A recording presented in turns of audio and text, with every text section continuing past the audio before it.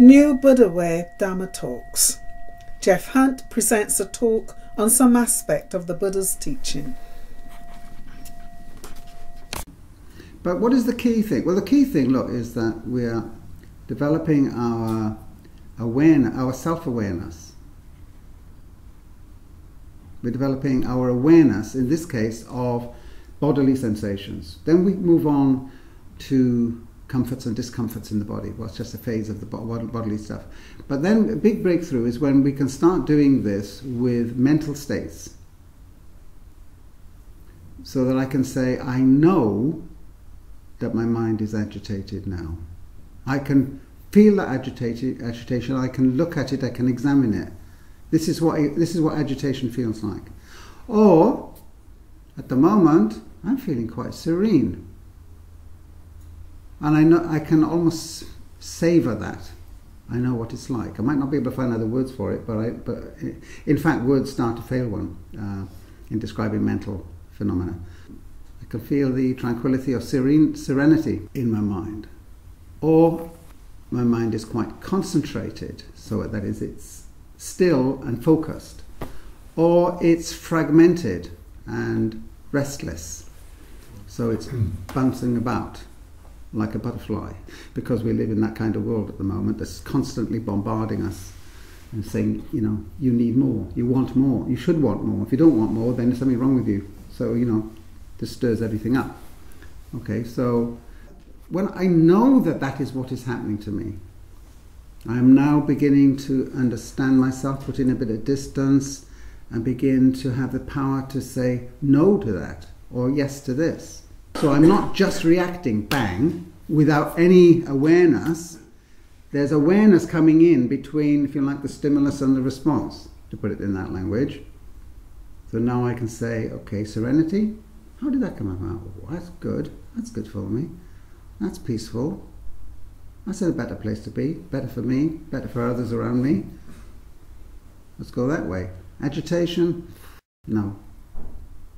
That's pain. That's painful. It's a bit of suffering then. But you see, if I'm just reacting, if I've not got that awareness, I can't say to myself, I don't want to go that way, because my body is, my very being is telling me that's not the way, but I'm not listening.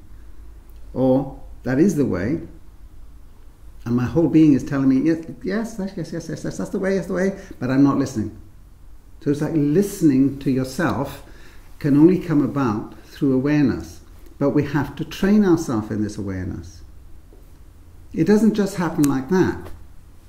How do we train ourselves in this awareness? Well, first of all, place to start is with your body and bodily sensations. So when we're doing walking meditation, we are training ourselves in lifting our level of awareness, self-awareness, by paying attention to the sensations in what we call our feet. We try to let go of the word when we're actually doing it. We're just following the sensations. Right? Then when we're talking about breathing now. So when you're doing mindfulness of breathing, you're paying attention to all the sensations of the breathing, the quality of the breathing, the nature of the breathing, the characteristics of the breathing to you. Not as they would be in a textbook, not as somebody would tell you, not as they ought to be, but as they are in real time for you, here and now, as you are breathing. Training. Once we've gone through that level, we can then do the little bit more difficult project of learning about the quality of our mind, our states of mind, and start even asking more profound questions such as, well, what is this thing that I call mind anyway? My being here, my consciousness, what am I? It's quite difficult to get there, but you can get there. And that's where the Buddha is ultimately going.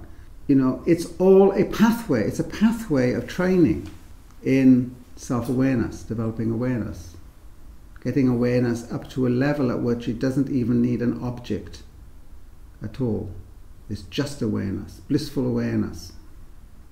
peaceful awareness. That sounds like that's a long way off at the moment, doesn't it? Like an oasis somewhere shimmering in the desert miles away. Yeah, it would be nice to get there, wouldn't it? But there's all this huge desert in between. Well, you know, some of us can get there pretty quickly, especially if you've got a camel. New Buddha Way is a camel, isn't it? It helps you to get there, you see. That's what New Buddha Way is about. It's just a camel. Think of it in that way. It's just taking you there. And other people... so we're in a caravan, or a caravanserai. That is... we can all help each other in this endeavour.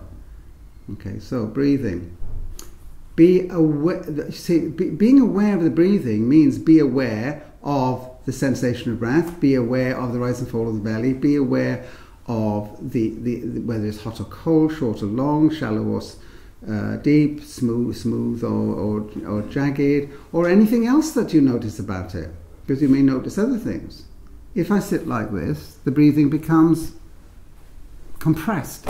If I sit like this, I'm giving space for the breathing. That's why posture, at the end of the day, does have its importance. If we sit in a slouched way, we're inhibiting the breathing. Slouched body, slouched mind, slouched awareness. It all makes sense. It all fits together. The operative word here, I suppose, is training.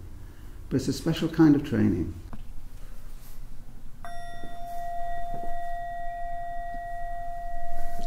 New Buddha Way lets go of East and West and starts afresh in the life we have now. For more information, visit www.newbuddhaway.org.